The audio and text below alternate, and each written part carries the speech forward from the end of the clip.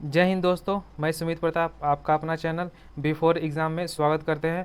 आज हम बिहार सचिवालय की जो न्यू वैकेंसी आई है उसका हम सेट प्रैक्टिस 6 को देखने वाले हैं। दोस्तों, यदि आपने हमारे 1 से लेकर सेट प्रैक्टिस 5 को नहीं देखा है तो उसे ज़रूर जाके देखें कि उसमें बहुत सारे महत्वपूर्ण क्वेश्चन दिए गए हैं जो आपको एग्ज़ाम में आने की संभावना है। यह जो हमारा सेट होगा यह न्यू पैटर्न 2022 पर आधारित होगा। दोस्तों, यदि आप इसका पीडीएफ डाउनलोड करना चाहते हैं तो हम आपको लिंक बता देंगे कि इसका पीडीएफ कहाँ मिलने वाला है। तो चलिए दोस्तों, देखते हैं आज का हमारा पहला क्वेश्चन। आज का हमारा पहला क्वेश्चन यह रहा। यह पहला क्वेश्चन है कि भटियाली क्या है, भटियाली लोक संगीत किस राज्य से संबंधित है। तो यह किस राज्य से संबंधित है यह आपको बताना है। तो हर एक क्वेश्चन के लिए हम दोस्तों आपको 5 से 10 सेकंड का समय दिया करेंगे, जिसमें आप खुद से ही बनाने का प्रयास जरूर कीजिएगा। तो इसका संबंध किससे है? तो इसका संबंध हो जाएगा आपको पश्चिम बंगाल से। कहाँ से? तो इसका संबंध कहाँ है? इसका संबंध पश्चिम बंगाल से। तो पश्चिम बंगाल का यह कैसा लोक संगीत है? यह नौकायान लोक संगीत है, इसे भी आप ध्यान में रखिएगा। चलिए नेक्स्ट क्वेश्चन देखते हैं। यदि भारतीय रिजर्व बैंक दर और रेपो दर में वृद्धि कर रहा है तो अर्थव्यवस्था निम्नलिखित में से किस अवस्था से गुजर रही है? क्या चीज़ वृद्धि होगी? तो यदि आपको बैंक दर में वृद्धि होगी और रेपो में दर में वृद्धि होगी तो जो आपकी अर्थव्यवस्था है वो किससे गुजरेगी यह बताना है। तो यह किससे गुजरेगी? यह आपको गुजरेगी मुद्रास्फीति से। क्या? मुद्रास्फीति से गुजरेगी। चलिए नेक्स्ट क्वेश्चन देखते हैं। मेरा अगला क्वेश्चन है कि भारतीय शास्त्रीय नृत्यों के निम्नलिखित महत्वपूर्ण शब्दों उनके अर्थों के सही सुमेलित नहीं किए गए हैं। इनका जो सही सम्मेलन नहीं किया गया यह आपको बताना है कि कौन सा जो है इसका सही सम्मेलन नहीं किया गया। तो किसका सही सम्मेलन नहीं किया गया? वह किया गया आपको सात्विक विभूषण का सही सम्मेलन नहीं किया। तो सही सम्मेलन को हम देखते हैं। तांडव का क्या होता है? वीरत्वपूर्ण, निर्भीक, ओजस्वी और प्रसोचित वर्गीकरण और मर्दाना वर्गीकरण होता है। और लास्ट का क्या होता है? नृत्य को की कोमल या गैर ललित और नारी सुलभ वर्गीकरण होता है। और वाचिका को क्या कहते हैं? उन्हें मनोदेशिकाएं एवं भावनाएं कहते हैं। लेकिन साधित्व को क्या कहते हैं? तो उसे क्या कहते हैं? उसे अभिनय कहते हैं। यानी कि इसे हम क्या कहते हैं? इसे एक्टर कहते हैं। क्या? एक्टर कहते हैं। चलिए नेक्स्ट क्वेश्चन देखते हैं। मेरा अगला क्वेश्चन है कि जब नदियों की प्राथमिक सहायक नदियां एक दूसरे के समांतर बहती है और द्वितीय सहायक नदियां उन्हें समकोण पर जोड़ती है तो प्रारूप क्या कहलाती है? तो वह क्या कहलाती है वह आपको बताना है। तो वह क्या कहलाती है? वह जलायुक्त क्या कहलाती है? क्या? तो वह जलायुक्त कहलाती है। चलिए नेक्स्ट क्वेश्चन देखते हैं। ये क्वेश्चन आपको बिहार से रिलेटेड है कि सोमेश्वर श्रेणी का विस्तार बिहार के किस जिले में है? कौन सा श्रेणी है? यह सोमेश्वर श्रेणी का जो विस्तार है वह बिहार के किस जिले से? तो बिहार से रिलेटेड जितने भी क्वेश्चन बनते हैं उस सबको आप जरूर याद रखिएगा। तो वो कौन सा जिला में हो जाएगा? वो आपको पश्चिमी चंपारण में। कहाँ? तो वह सोमेश्वर की जो श्रेणियाँ हैं वो कहाँ है? तो वो पश्चिमी चंपारण में हो जाएगा। चलिए नेक्स्ट क्वेश्चन देखते हैं। देश के अर्ध शुष्क क्षेत्र में खरीफ के मौसम में एक फसल उगाई जाती है। विभाजन के बाद इस फसल का उगाया जाने वाला एक बहुत बड़ा क्षेत्र पाकिस्तान के हिस्से में चला गया। चीन के बाद भारत इस फसल के उत्पादन में दुनिया का दूसरा स्थान है। किस फसल की यह बात की जा रही है? तो किस फसल के बारे में यह बताया जा रहा है यह आपको बताना है। तो कौन से फसल की बात कर रहा है? तो यह कपास की बात कर रहा है। कौन सा? तो यह कपास की बात कर रहा है। तो कपास के उत्पादन में भारत का स्थान कितना है? तो भारत का स्थान कितना है? वह दूसरा है। क्या? वह दूसरा हो जाएगा। चलिए नेक्स्ट क्वेश्चन देखते हैं। निम्नलिखित में से किस दशक को भारत में जनसंख्या विस्फोट की अवधि के रूप में जाना जाता है, जो कि मृत्यु दर में तेजी से गिरावट हुई लेकिन देश में जनसंख्या का उच्च प्रजनन दर के कारण था? तो वह कौन सा दशक रहा था? तो वह दशक रहा था आपको 1951 से लेकर 1981। इस दशक में क्या हुआ था कि जो मृत्यु दर हुई थी वो बहुत कम गई थी और जो प्रजनन दर था वो बहुत अधिक हो गया था, जिस कारण इसमें जनसंख्या बहुत अधिक देखने को मिला था। इस दर को क्या इस अवधि को क्या कहते हैं? तो जनसंख्या विस्फोट के नाम से भी इसे जाना जाता है। चलिए नेक्स्ट क्वेश्चन देखते हैं। जनसंख्या की दशकीय वृद्धि दर के दृष्टिकोण से बिहार में सबसे अच्छा प्रदर्शन करने वाले जिलों का क्रम 2011 जनगणना के अनुसार बताना है। तो क्या कर रहा है? यह जनसंख्या की दृष्टि क्या है? जनसंख्या की दशकीय वृद्धि दर दृष्टिकोण से बिहार में जो सबसे अच्छा प्रदर्शन किया 2011 की जनगणना के अनुसार यह आपको बताना है। तो क्या हो जाएगा इसका आंसर? ऑप्शन नंबर 2 हो जाएगा, यानी कि अरवल, गोपालगंज और दरभंगा हो जाएगा। चलिए नेक्स्ट क्वेश्चन देखते हैं कि करेवा संरचनाओं के लिए प्रसिद्ध निम्न स्थानों में से कौन सी जफरानी की खेती के लिए उपयोग की जाती है? तो किसकी खेती के लिए? तो जफर रानी की जो खेती के लिए उपयोग की जाती है वह कहाँ उपयोग की जाती है? तो वह कहाँ उपयोग की जाती है? वह किया जाता है जम्मू कश्मीर में। कहाँ? वो आपको जम्मू कश्मीर में किया जाता है। और जफरनामा को ही क्या कहते हैं? उसी को हम कहते हैं केसर। क्या? केसर का ही दूसरा नाम क्या है? जफरनामा भी उसे कहा जाता है। दोस्तों, यदि आपने हमारा अभी तक करेंट अफेयर सीरीज नहीं देखा है तो उसे ज़रूर जाकर देखें, क्योंकि हमने एजुटेरिया का सेट 1 से लेके 20 तक उसमें क्वेश्चन करा दिए हैं, जिसमें टोटल 1000 आपको करंट अफेयर्स देखने मिलेंगे। साथ ही उसका हम सॉल्यूशन भी करा चुके हैं, जिसमें आपको 800 प्लस जीके भी उसमें देखने को मिलेगा। यदि आप पूरे सीरीज को देख लेते हैं तो आपको करंट अफेयर्स के साथ जीके भी बहुत ही मजबूत हो जाएगा, जो आपके जितने भी आगामी एग्जाम होंगे उसके लिए बहुत ही महत्वपूर्ण होगा। चलिए देखते हैं नेक्स्ट क्वेश्चन। मेरा अगला क्वेश्चन है कि निम्नलिखित में से कौन सा संगठन एमएसपी के निर्णय पर सिफारिश करता है? किसके लिए? तो एमएसपी के जो निर्णय पर सिफारिश करता है वह कौन करता है? तो वह कौन करता है? तो इसका ऑप्शन नंबर 2 हो जाएगा, यानी कि कौन करता है? CACP करता है। कौन? तो CACP करता है। चलिए नेक्स्ट क्वेश्चन देखते हैं। निम्नलिखित में से कौन सरकारों की राजकोषीय नीति का एक हिस्सा है? क्या बताना है कि जो सरकार की राजकोषीय नीति है उसका हिस्सा इसमें कौन सा है? तो ऑप्शन देखते हैं। तो इसका आंसर क्या हो जाएगा? इसका आंसर क्या हो जाएगा? इसका जो क्या है, सिर्फ कर तय करना ही क्या है, राजकोषीय नीति के अंतर्गत आता है, लेकिन बैंक पर्यवेक्षण है जो राजकोषीय नीति के अंतर्गत नहीं आता है। तो यह किस नीति के अंतर्गत आता है? तो यह जो आपको राजकोषीय नीति नहीं, ओके, किसके? तो यह मौद्रिक नीति के अंतर्गत आता है। किसके? तो यह मौद्रिक नीति के अंतर्गत आता है। चलिए नेक्स्ट क्वेश्चन देखते हैं। तो इसका ऑप्शन नंबर क्या हो जाएगा? ऑप्शन नंबर इसका 4 हो जाएगा। चलिए नेक्स्ट क्वेश्चन देखते हैं। किस भारतीय त्यौहार को मुख्य रूप से पंजाबी में पंजाबियों द्वारा मनाया जाता है और इसे पंजाब का फसल त्यौहार भी कहा जाता है? वह कौन सा त्यौहार है? तो पंजाबियों के लिए कौन सा त्यौहार है? यह फसल त्यौहार भी इसे कहा जाता है। तो कौन सा वह त्यौहार हो जाएगा? वह लोहाड़ी हो जाएगा। कौन सा? तो वह लोहाड़ी त्यौहार हो जाएगा। चलिए नेक्स्ट क्वेश्चन देखते हैं। निम्नलिखित में से कौन सा पोषण स्तर ऊर्जा की अधिकतम मात्रा को दर्शाता है? जो पोषण ऊर्जा की जो अधिकतम मात्रा को दर्शाने वाला वह कौन सा है? तो कौन सा हो जाएगा? वह उत्पादक हो जाएगा। कौन? तो उत्पादक में सबसे अधिक ऊर्जा मात्रा होती है। चलिए नेक्स्ट क्वेश्चन देखते हैं। बिहार की जलवायु मुख्यतः है, जो बिहार की जलवायु है वो मुख्यतः कैसी है? तो आपको हो जाएगा कौन? तो उपोष्ण हो जाएगा। कैसा? तो बिहार की जो जलवायु है कैसी है? उपोष्ण है। चलिए नेक्स्ट क्वेश्चन देखते हैं कि इसमें दिया गया है कि सहायक संधि की शुरुआत किसके द्वारा और कब किया गया था, यह आपको बताना है। जो सहायक संधि है वह किसके शासन काल में किया गया था और कब किया गया था? तो वह कब किया गया था? तो इसका आंसर क्या हो जाएगा? इसका ऑप्शन नंबर 3 हो जाएगा, यानी कि लॉर्ड वेलेस्ली के शासनकाल में किया गया था और 1798 में यह हुआ था। सहायक संधि से रिलेटेड और क्वेश्चन आता है कि जो सहायक संधि को अपनाने वाला वो प्रथम शासक कौन था? तो वह मैसूर का शासक था, जो कितना में अपनाया था? वह अपनाया था कितना में? तो 1798 में ही अपनाया था। चलिए नेक्स्ट क्वेश्चन देखते हैं। मेरा अगला क्वेश्चन है कि भारतीय संविधान के निम्नलिखित भागों में से कौन सा देश का चुनावी प्रणाली से संबंधित है? जो भारत की जो चुनावी प्रणाली से संबंधित भाग है वह कौन सी भाग है? तो भाग में कितना? भाग 15 में ही क्या चुनाव प्रणाली की जो संबंधित इसमें वर्णन किया गया है। तो जो भाग 15 में जो वर्णन किया गया है वो कितना से कितना अनुच्छेद तक किया गया है?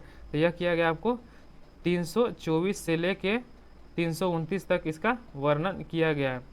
तो इससे रिलेटेड एक क्वेश्चन और बनता है कि जो चुनाव आयुक्त का जो स्थापना किया गया है वह किस अनुच्छेद के अंतर्गत किया गया है?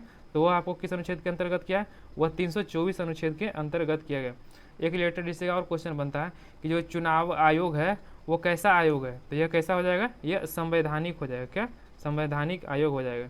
चलिए नेक्स्ट क्वेश्चन देखते हैं कि किताब उल हिंद द्वारा और किस भाषा में लिखी गई थी? जो किताब उल हिंद है वो किसके द्वारा और किस भाषा में लिखी गई थी? तो कौन सी पुस्तक है? किताब उल हिंद है। तो किसके द्वारा लिखी गई थी? यह अल-बुरूनी के द्वारा लिखी गई थी और अरबी भाषा में लिखी गई थी। इसमें क्या वर्णन किया? इसमें भारत के बारे में इसमें वर्णन किया गया है। किसमें? तो किताब उल हिंद में भारत के बारे में इसमें वर्णन किया गया है। अमर नायक प्रणाली का एक प्रमुख राजनीतिक नवाचार था। जो अमर नायक प्रणाली था यह एक प्रमुख राजनीतिक नवाचार था। यह किस साम्राज्य के द्वारा शुरू किया गया था? तो यह किसके द्वारा शुरू किया गया था? यह साम्राज्य विजयनगर साम्राज्य के द्वारा शुरू किया गया। ऑप्शन नंबर क्या हो जाएगा? 4 हो जाएगा। चलिए नेक्स्ट क्वेश्चन देखते हैं। किस वर्ष भारत सरकार ने अधिक जवाबदेही और सशक्तिकरण के लिए मंत्रियों के सभी समूह और मंत्रियों के अधिकार प्राप्त समूहों को उन्मूलन की घोषणा की थी। वह किस वर्ष किए थे? तो वह किस वर्ष किया गया था? तो 2014 में। कितना? तो 2014 में किया गया था। चलिए नेक्स्ट क्वेश्चन देखते हैं कि अनुशीलन समिति क्या थी? जो अनुशीलन समिति थी वह कैसी समिति थी? तो वह कैसी हो जाएगी? वह एक क्रांतिकारी संगठन था। क्या? क्रांतिकारी संगठन था। तो ये जो इसकी स्थापना कब हुआ था? तो इसकी स्थापना 1902 में हुआ था। कितना? तो 1902 में हुआ था। यह भी आप जरूर याद रखिएगा। चलिए नेक्स्ट क्वेश्चन देखते हैं। 1857 की विद्रोह के दौरान 22वें नेटिव इन्फेंट्री द्वारा अपने नेता के रूप में किसे चुना गया था? जो 1857 की विद्रोह के दौरान जो 22वें नेटिव इन्फेंट्री के नेता के रूप में किसे चुना गया था? तो वह किसे चुना गया था? यह चुना गया था आपको मौलवी अहमदुल्ला शाह को चुना गया था। चलिए नेक्स्ट क्वेश्चन देखते हैं कि भारतीय संविधान सभा के कार्यों के संबंध में सही कथन कौन सा है, यह बताना है। जो भारतीय संविधान के जो कार्य किए गए थे उसके द्वारा जो सही कथन है वह आपको बताना है। तो वह कौन सा हो जाएगा? ऑप्शन नंबर ए, इसने 24 जनवरी 1947 को राष्ट्रीय गीत को अपनाया था। बाकी सब क्या है? गलत है। चलिए नेक्स्ट क्वेश्चन देखते हैं। मेरा अगला क्वेश्चन है कि अबू हसन अल हुजरी वरी की फारसी में लिखी गई पुस्तक के लिए एक महत्वपूर्ण पुस्तक है। जो हुजरी वरी की जो फारसी पुस्तक है वह किस लिए महत्वपूर्ण है? तो ऑप्शन देखते हैं। तो इसका आंसर क्या हो जाएगा? तो यह कौन सी पुस्तक थी? तो कशफ उल महजूब, जो किसके लिए उपयोगी था? यह सूफीवाद के लिए उपयोगी था। चलिए नेक्स्ट क्वेश्चन देखते हैं कि विश्व व्यापार संगठन की स्थापना वर्ष में हुई थी। जो विश्व व्यापार संगठन की स्थापना हुई थी वह किस वर्ष में हुई थी? तो यह आपको हुई थी 1995 में। कब? तो यह 1995 में। तो यह किस सम्मेलन के तहत इसकी जो स्थापना किया गया था? इस तरह के भी क्वेश्चन आपको देखने को मिलते हैं। तो किस सम्मेलन के तहत इसकी जो स्थापना किया गया था वह किया गया था माराकेच समझौता के तहत। किसे? तो माराकेच समझौता। चलिए नेक्स्ट क्वेश्चन देखते हैं। निम्नलिखित में से छंद ध्यानपूर्वक पढ़े एवं दिए गए विकल्पों में से इसके श्रोता का पहचान करें। तो क्या हो जाएगा? तो ये कौन से दिए गए हैं छंद में? यह दिया गया है कि हे शक्तिशाली देव, आप हमारी आहुति देवताओं तक ले जाइए, और हे बुद्धिमत, आप तो सबके दाता हैं। हे पुरोहित, हमें खूब सारे खाद्य पदार्थ दीजिए। ये जो छंद है यह किस उपनिषद या किस पुस्तक में वर्णित किया गया है? तो किसमें वर्णन है इसका? तो ऋग्वेद में इसका वर्णन किया गया है। चलिए नेक्स्ट क्वेश्चन देखते हैं कि रचना खेरा किस लिए प्रसिद्ध है? जो रचना खेरा है वह किसके लिए प्रसिद्ध है? तो वह किसके लिए प्रसिद्ध होगा? यह पत्रकारिता के लिए प्रसिद्ध है। किसके लिए? तो पत्रकारिता के लिए प्रसिद्ध है। चलिए नेक्स्ट क्वेश्चन देखते हैं कि निम्नलिखित में से किस अधिनियम को निपटाना या बंदोबस्त के अधिनियम के रूप में भी जाना जाता है? तो वह कौन सा अधिनियम हो जाएगा? यह 1781 के संशोधित अधिनियम को कहा जाता है। तो इसे क्यों कहा जाता है निपटाना या बंदोबस्त? क्योंकि इस अधिनियम के तहत ही जो 1773 में रेगुलेटिंग एक्ट जो आई थी, इसको कमियों को दूर करने के लिए इसे क्या लाया गया था? कितना? तो 1781 संशोधित अधिनियम लाया गया था। इसीलिए क्या कहा गया था? इसे अधिनियम निपटाना या बंदोबस्त अधिनियम कहा गया था। चलिए नेक्स्ट क्वेश्चन देखते हैं। भारतीय एथलीट दूती चंद एक है। जो भारतीय एथलीट दूती चंद एक क्या है? तो वह क्या है? वह स्प्रिंटर है, यानी कि क्या है? वह एक धावक है। क्या? तो एक धावक है। चलिए नेक्स्ट क्वेश्चन देखते हैं। भारत के संविधान की किस खाली स्थान किस अनुसूची में असम, मेघालय, त्रिपुरा और मिजोरम राज्यों में जनजाति क्षेत्र के प्रशासन के संबंधित प्रावधान किया गया है? तो वह कौन सी अनुसूची में किया गया है? तो वह कौन सी अनुसूची में किया गया? वह जो आपको किया गया है 6ठी अनुसूची में। कितना? तो 6ठी अनुसूची में यह इसका वर्णन किया गया है। आप राज्य का नाम जरूर याद रखिएगा। कौन कौन सा राज्य है? एक असम हो गया, एक मेघालय हो गया, एक त्रिपुरा और एक मिजोरम। 4 राज्य हैं जिसका किसमें वर्णन किया गया? 6ठी अनुसूची में वर्णन किया गया। चलिए नेक्स्ट क्वेश्चन देखते हैं। किस बिहारी नेता की अध्यक्षता में भारतीय राष्ट्रीय कांग्रेस का एक विशेष अधिवेशन अगस्त 1918 में बम्बई में हुआ था? क्या हुआ था? किस बिहारी नेता के अध्यक्षता में भारतीय राष्ट्रीय कांग्रेस का एक विशेष अधिवेशन अगस्त 1918 में बॉम्बे में हुआ था? वो कौन से बिहारी थे? तो इसका आंसर क्या हो जाएगा? सैयद हसन इमाम थे। कौन? सैयद हसन इमाम के अध्यक्षता में किया गया था। चलिए नेक्स्ट क्वेश्चन देखते हैं। भारत के संविधान का कौन सा अनुच्छेद राष्ट्रीय महत्व के स्मारकों और स्थानों और वस्तुओं की सुरक्षा से संबंधित है? कौन चीज़ से क्या कह रहा है कि राष्ट्रीय महत्व के स्मारक और स्थानों को जो वस्तुओं की सुरक्षा करना है वो किस अनुच्छेद के तहत कहा जाता है? तो वो कौन सा अनुच्छेद हो जाएगा? अनुच्छेद नंबर 39 यानी कि 49, सॉरी कितना 49, तो कितना 49 के तहत इसे किया जाता है। तो अनुच्छेद 48A में किसका वर्णन किया गया है? तो 48A में जो वर्णन किया गया है यह किया गया आपको पर्यावरण संरक्षण के लिए। किसे? तो पर्यावरण के संरक्षण के लिए किया गया। और जो अनुच्छेद 50 में क्या इसका वर्णन किया गया? इसमें कार्यपालिका और न्यायपालिका का विभाजन इसमें किया गया। और 48 में क्या किया गया? इसमें कृषि और पशुपालन संगठन से संबंधित जितने भी अनुच्छेद बनते हैं इसी में इसका वर्णन किया गया है। चलिए नेक्स्ट क्वेश्चन देखते हैं। महात्मा गांधी ने वकालत की थी, कैसी अर्थव्यवस्था की महात्मा गांधी ने वकालत किया थे? तो वो कैसी अर्थव्यवस्था की? तो वो विकेंद्रीकृत अर्थव्यवस्था की। कौन सा? तो वह विकेंद्रीकृत अर्थव्यवस्था की वकालत किए थे। दोस्तों यदि आपने हमारे चैनल को अभी तक सब्सक्राइब नहीं किया है तो प्लीज़ इसे ज़रूर सब्सक्राइब कर दें, क्योंकि इस तरह का सेट हम आपको रेगुलर प्रोवाइड करते रहेंगे जो आपके एग्ज़ाम के लिए बहुत ही महत्वपूर्ण होगा। तो चलिए नेक्स्ट क्वेश्चन देखते हैं। महात्मा गांधी के लिए क्या? महात्मा गांधी के लिए भारतीय मानवता की इसकी आर्थिक स्वतंत्रता और समानता का प्रतीक है। तो वह किसका प्रतीक हो जाएगा? वह खादी हो जाएगा। क्या? जो खादी था ये भारतीय मानवता की एकता और इसकी आर्थिक स्वतंत्रता और समानता का प्रतीक था। कौन? तो खादी था। चलिए नेक्स्ट क्वेश्चन देखते हैं। इनमें से कौन भारत में बैंकिंग क्षेत्र में महत्वपूर्ण सुधारों में से एक नहीं है? तो कौन सा एक सुधार महत्वपूर्ण सुधारों में से एक नहीं है? तो कौन हो जाएगा इसका आंसर? इसका आंसर डी यानी कि क्या हो जाएगा? वर्धित SLR हो जाएगा। क्या? वर्धित SLR है जो महत्वपूर्ण सुधारों में से एक नहीं है। तो कौन कौन हो जाएगा? ब्याज दर का विनिमय और नई पीढ़ी बैंक हो जाएगा। चलिए नेक्स्ट क्वेश्चन देखते हैं। मेरा अगला क्वेश्चन है कि जनवरी 1858 में कैनिंग तक चले गए दिल्ली और डिवीज़न को छोड़कर उत्तर पश्चिम प्रांत का गठन किया था। वह कहाँ किए थे? जो उत्तर पश्चिम प्रांत का जो गठन किया गया था वह कहाँ किया गया था? वो आपको किया गया था इलाहाबाद में। कहाँ? तो वह इलाहाबाद में किया गया था। किसके द्वारा? तो कैनिंग के द्वारा किया गया था। चलिए नेक्स्ट क्वेश्चन देखते हैं। भारतीय राष्ट्रवाद के पहले या प्रारंभिक चरण को भी कहा जाता है। जो भारतीय राष्ट्रवाद के पहले या प्रारंभिक चरण थे उसका कितना? तो 1885 से 1950 तक जो रहे थे उसे हम क्या कहते हैं? तो उसे क्या कहते हैं? उसे माध्यम कहते हैं। क्या? उसे माध्यमिक चरण भी कहते हैं। चलिए नेक्स्ट क्वेश्चन देखते हैं। महात्मा गांधी ने सत्याग्रह सभा की स्थापना कब किए थे? तो कौन सी सत्याग्रह सभा की जो स्थापना महात्मा गांधी के द्वारा कब किया गया था? यह फरवरी कितना में? तो 1919 में किया गया था। कितना? तो फरवरी 1919 में किया गया था। तो देखते हैं। तो 1918 में इनके द्वारा क्या किया गया था? ये 1918 मार्च नहीं, ये सिर्फ यदि आप फरवरी 1918 लेते हैं तो इसमें इन्होंने क्या किया था? तो अहमदाबाद जो मिल मजदूर हुए थे उनके साथ ये नेतृत्व किए थे। चलिए नेक्स्ट क्वेश्चन देखते हैं कि खाली स्थान भारत में राजनीतिक सुधारों के लिए आंदोलन शुरू करने वाले पहले नेता कौन थे?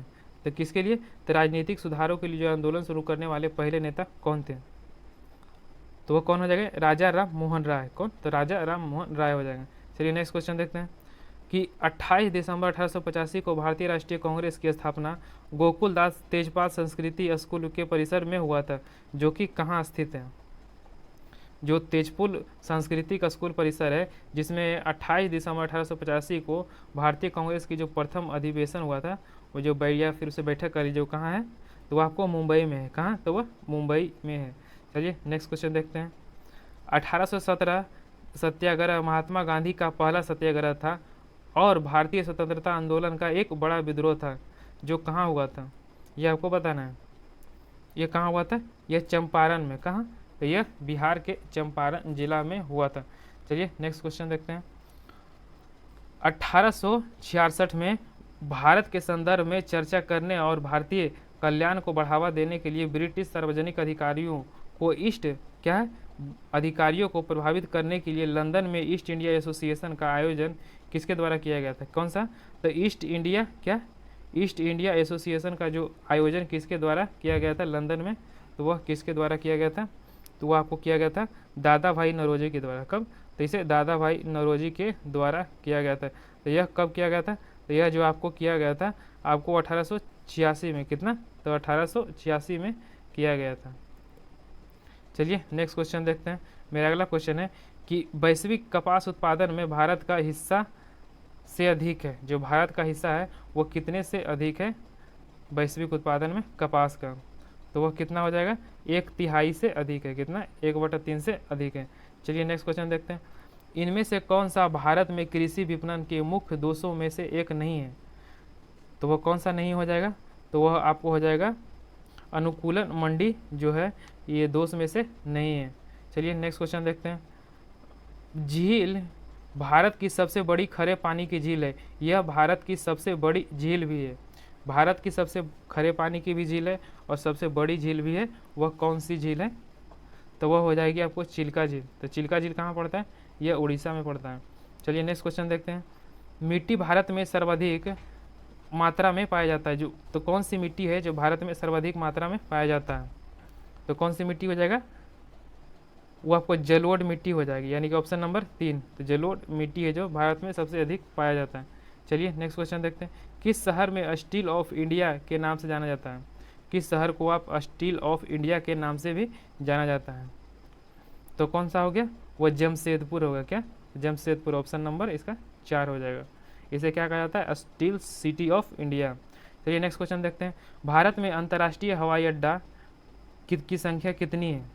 जो भारत में अंतर्राष्ट्रीय हवाई अड्डा है उसकी टोटल संख्या कितनी है? तो इसके ऑप्शन के अनुसार कितना हो जाएगा? 17 हो जाएगा। लेकिन यदि आप 2022 के डाटा के अनुसार चलते हैं तो भारत में टोटल कितना है? तो यह आपको 39 है। कितना? तो टोटल 49 अंतर्राष्ट्रीय हवाई अड्डा है। किसके? तो 2022 के अनुसार है। इसे भी आप जरूर याद रखिएगा। चलिए नेक्स्ट क्वेश्चन देखते हैं। इनमें से कौन सी नदी भारत में पश्चिम दिशा में बहती नहीं है? तो पश्चिम दिशा में जो नहीं बहने वाली नदियों में से कौन सी नदी नहीं है? तो वह कौन सी नदी नहीं हो जाएगी? वह कृष्णा नदी। कौन? तो कृष्णा। लेकिन जो पश्चिम की ओर बहती है वो कौन बहती है? वह साबरमती आपको पश्चिम की ओर बहती है, नर्मदा पश्चिम की ओर बहती है और लूना भी क्या है? तो यह पश्चिम की ओर बहती है। चलिए नेक्स्ट क्वेश्चन देखते हैं। भारत में लगभग प्रमुख बंदरगाह है। भारत में लगभग कितने टोटल प्रमुख बंदरगाह हैं? टोटल कितने हैं? ये आपको 12 टोटल प्रमुख बंदरगाह हैं। चलिए नेक्स्ट क्वेश्चन देखते हैं।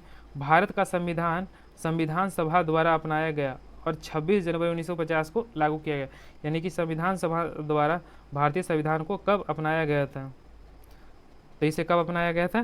जैसे 26 नवंबर 1949 को। कितना? 26 नवंबर 1949 को अपनाया गया था। चलिए नेक्स्ट क्वेश्चन देखते हैं। अब से मेरा यहाँ से क्या सामान्य विज्ञान स्टार्ट हो गया। अब से जितने 25 क्वेश्चन होंगे इसमें आपको साइंस के टोटल क्वेश्चन देखने को मिलेंगे। तो चलिए दोस्तों देखते हैं। निम्न युक्तियों में से किसको मोटर गाड़ी के इंजन को ठंडा करने के लिए प्रयोग किया जाता है? जो मोटर गाड़ी की जो इंजन है उसको ठंडा करने के लिए किसका प्रयोग किया जाता है? तो किसका प्रयोग किया जाता है? वो रेडिएटर को। किसको? तो रेडिएटर का प्रयोग किया जाता है। चलिए नेक्स्ट क्वेश्चन देखते हैं। घड़ी के स्टेफिक क्रिस्टल का कार्य किस पर आधारित होता है? घड़ी के जो स्टेफिक क्रिस्टल का कार्य होता है वह किस पर आधारित होता है? तो किस पे आधारित होता है? दाब विद्युत प्रभाव पर। कब? तो दाब विद्युत प्रभाव पर आधारित होता है। चलिए नेक्स्ट क्वेश्चन देखते हैं कि विश्व की विशालतम दूरबीन कौन सी है? जो विश्व की सबसे विशालतम दूरबीन है वह कौन सी है? तो जो ये कौन सी हो जाएगी? ये आपको हो जाएगी आइस क्यूब है। कौन? तो आइस क्यूब है विश्व की सबसे विशालतम दूरबीन है। चलिए नेक्स्ट क्वेश्चन देखते हैं। परम शून्य तापमान पर अर्धचालकों में विद्युत प्रतिरोध होता है। जो परम शून्य तापमान पर अर्धचालकों में विद्युत प्रतिरोध होता है वह कितना होता है? तो वह कितना होता है?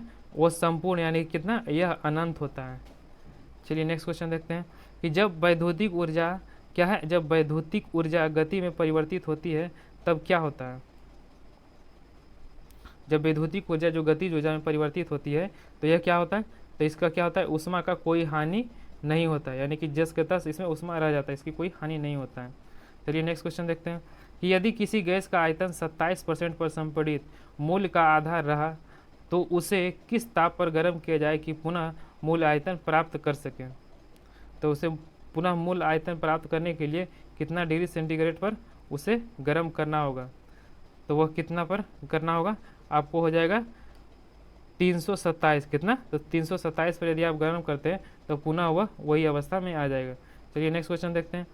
दो धातुएं ए और बी की पट्टियों का एक मजबूत से जोड़ी है जिसकी चित्र में दर्शाया गया है। गर्म ए बी से अधिक फैलता है। यदि एक सिकुड़ी हुई पट्टी को गर्म किया जाए तो यह प्रारूप में होगा। तो यह किसके प्रारूप में हो जाएगा, तो यह हो जाएगा ऑप्शन नंबर 2 के प्रारूप में, यानी कि यह फिर इस तरह हो जाएगा। चलिए नेक्स्ट क्वेश्चन देखते हैं। मेरा अगला क्वेश्चन है कि एक छड़ी को जल में तिरछी स्थिति में खोया गया। यदि बगल से देखा जाए तो छड़ी छोटी और जल की सतह पर झुकी हुई प्रतीत होती है, और कारण बताइए। तो छड़ी से आने वाला प्रकाश जल अणुओं को प्रकीर्णित होकर छड़ी के छोटी एवं झुके होने की आभास करता है। तो नहीं, ये तो गलत दिया हो गया कि कारण क्या है, कारण गलत दिया हुआ है। लेकिन जो पानी में यदि आप डालिएगा छड़ी को तो ये छोटी भी दिखेगी और जल के सतह से झुकी हुई दिखेगी, यानी कि इसका जो पहला आंसर सही हो जाएगा और दूसरा क्या गलत है, यानी कथन सही होगा और कारक गलत होगा। तो कथन सही और कारक गलत किसमें है, तो ऑप्शन नंबर 3 हो जाएगा इसका आंसर। चलिए नेक्स्ट क्वेश्चन देखते हैं। ताप बढ़ने के साथ द्रव की जो श्यानता होती है वह क्या होती है। यदि हम ताप को बढ़ाते हैं तो द्रव की जो श्यानता होती है वह क्या होती है, तो क्या होगी, इसकी श्यानता घटेगी। क्या, इसकी श्यानता घटेगी। चलिए नेक्स्ट क्वेश्चन देखते हैं। मेरा अगला क्वेश्चन है कि एक ट्रक, एक कार और एक मोटरसाइकिल की गतिज ऊर्जाएं समान है। यदि समान अवरोध वाला लगाया जाए और वे क्रमशः XYZ दूरी पर रुके तो क्या हो जाएगा। तो सबकी जो दूरियां होगी क्या होगी, वह भी समान होगी। क्या, सबकी दूरियां जो होगी वह समान होगी। चलिए नेक्स्ट क्वेश्चन देखते हैं। रात को देखने हेतु निम्न में से किस प्रकार की तरंगों का प्रयोग किया जाता है। जो रात को हम देखने के लिए किस तरंग का प्रयोग करते हैं। दोस्तों यदि आपने हमारे चैनल को अभी तक सब्सक्राइब नहीं किया है तो इसे जरूर सब्सक्राइब कर लें, क्योंकि इस तरह का सेट सोल्यूशन हम आपको रेगुलर प्रोवाइड करते रहेंगे जो आपको एग्ज़ाम में और बेहतर मार्क लाने में मदद करेगा। तो कौन सी किरण हो जाएगी, वह अवरक्त किरण हो जाएगी। कौन, तो वह अवरक्त तरंग हो जाएगी, सॉरी किरण नहीं तरंग हो जाएगी। चलिए नेक्स्ट क्वेश्चन देखते हैं कि पंचर होने के बाद कार की पहिए ट्यूब से हवा अचानक बाहर निकलती है। इस प्रक्रिया से ट्यूब के अंदर वायु हवा जाती है। तो क्या होता है, जब ट्यूब के अंदर वायु हवा जाती है तो वह क्या होता है, तो वह क्या होगा, तो वह आपको होगा ठंडी होती रहेगी। क्या, जब ट्यूब के अंदर जब हवा जाती है तो वह क्या होती है, ठंडी होती जाती है। चलिए नेक्स्ट क्वेश्चन देखते हैं। एक 6 फीट लंबे व्यक्ति की लंबाई नैनोमीटर में किस प्रकार व्यक्त किया जाता है। तो किस प्रकार कितना व्यक्त किया जाएगा, तो उसका जो व्यक्त किया जाएगा आपको 183 × 10⁻7 नैनोमीटर हो जाएगा। चलिए नेक्स्ट क्वेश्चन देखते हैं।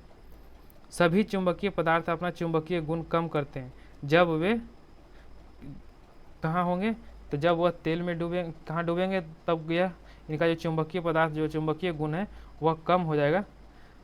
तो कहाँ होगा, यह लोहे के टुकड़े के पास लाते ही इनका जो क्या होता है, नहीं सॉरी इसका जो चुंबकीय गुण कब होगा, बहुत ज़्यादा गर्म करने पर। यदि आप चुंबक को बहुत अधिक गर्म कर देते हैं तो ये अपनी जो चुंबकीय शक्ति है उसको क्या करती है, वह खो देती है। चलिए नेक्स्ट क्वेश्चन देखते हैं। एक कृत्रिम उपग्रह में विद्युत ऊर्जा का स्रोत क्या है। जो कृत्रिम उपग्रह जो सैटेलाइट जो भेजे जाते हैं उसमें विद्युत ऊर्जा का जो स्रोत होता है वह क्या होता है, तो वह क्या होगा, वह सौर सेल। क्या, वह सौर सेल से ही क्या करते हैं, अपनी विद्युत ऊर्जा स्रोत को विद्युत में परिवर्तित करते हैं। चलिए नेक्स्ट क्वेश्चन देखते हैं। इनमें से कौन सी ग्रीन हाउस गैस या ऐसी गैस है जो ओजोन परत को नुकसान पहुंचाती है। तो ओजोन परत को जो नुकसान पहुंचाने वाली गैस कौन सी है, वह CH4 यानी कि मीथेन हो जाएगा। चलिए नेक्स्ट क्वेश्चन देखते हैं कि ठोस आयोडीन का जो रंग होता है वह कैसा होता है। तो ठोस आयोडीन का जो रंग होता है वह कैसा होता है, तो वह आपको होगा कैसा, तो बैगनी भूरे से थोड़ा काला होगा। क्या, तो बैगनी भूरे से वह थोड़ा काला होगा। चलिए नेक्स्ट क्वेश्चन देखते हैं। मेरा अगला क्वेश्चन है कि CO2 के 1 मोल जो होते हैं वो कितने के बराबर होते हैं। CO2 के 1 मोल होते हैं वह कितने के बराबर होते हैं, तो वह आपको जो बराबर होते हैं कितना, तो ऑप्शन नंबर 4 यानी कि 6 × 10⁻23 CO2 परमाणु के बराबर होते हैं। चलिए नेक्स्ट क्वेश्चन देखते हैं कि मीथेन में कार्बन हाइड्रोजन बंधन के एक कोण बनता है। जो मीथेन में कार्बन हाइड्रोजन के बंधन का जो एक कोण बनता है वह कितने पर बनता है, कितने डिग्री और कितने मिनट पर बनता है, तो वह कितने पर बनता है, वह 109 डिग्री और 28 मिनट पे बनता है। चलिए नेक्स्ट क्वेश्चन देखते हैं कि क्रोमैटोग्राफी की तकनीक का प्रयोग होता है? जो क्रोमेटोग्राफी तकनीक है उसका प्रयोग कहाँ किया जाता है? तो कहाँ किया जाता है? यह एक मिश्रण से पदार्थ को अलग करने के लिए किया जाता है। क्या चीज़? एक मिश्रण से यदि पदार्थ को अलग कर रहा है तो उसे क्रोमेटोग्राफी के तहत हम अलग कर सकते हैं। चलिए नेक्स्ट क्वेश्चन देखते हैं। अयस्कों के धातुओं के निष्कर्षण का विज्ञान क्या है? जो अयस्क से धातुओं का जो निष्कर्षण किया जाता है उसका विज्ञान क्या है? तो वह क्या हो जाएगा? यह आपको हो जाएगा मेटालर्जी। क्या? मेटालर्जी हो जाएगा। चलिए नेक्स्ट क्वेश्चन देखते हैं। मेरा अगला क्वेश्चन है कि एक ही तापमान और दाब की स्थिति के अंतर्गत सभी गैसों के समान आयतन में समान संख्या अणु होता है। तो किसमें समान संख्या अणु पाया जाता है? तो वह आपको जो पाया जाता है किसमें? एवोगाड्रोज का नियम है। क्या? तो एवोगाड्रोज का नियम में पाया जाता है। चलिए नेक्स्ट क्वेश्चन देखते हैं। मेरा अगला क्वेश्चन है कि CF2 बराबर CF2 किस बहुलक की एकल इकाई है? तो वह किस बहुलक की जो एकल इकाई है? तो वह आपको हो जाएगा टेफ्लॉन का। क्या? तो टेफ्लॉन का। दोस्तों यदि आप इसका PDF डाउनलोड करना चाहते हैं तो हम आपको डिस्क्रिप्शन बॉक्स में टेलीग्राम का लिंक दे देंगे। आप ग्रुप से टेलीग्राम लिंक से जो ग्रुप में जुड़ जाइएगा वहीं पे हम आपको PDF इसका प्रोवाइड कर देंगे।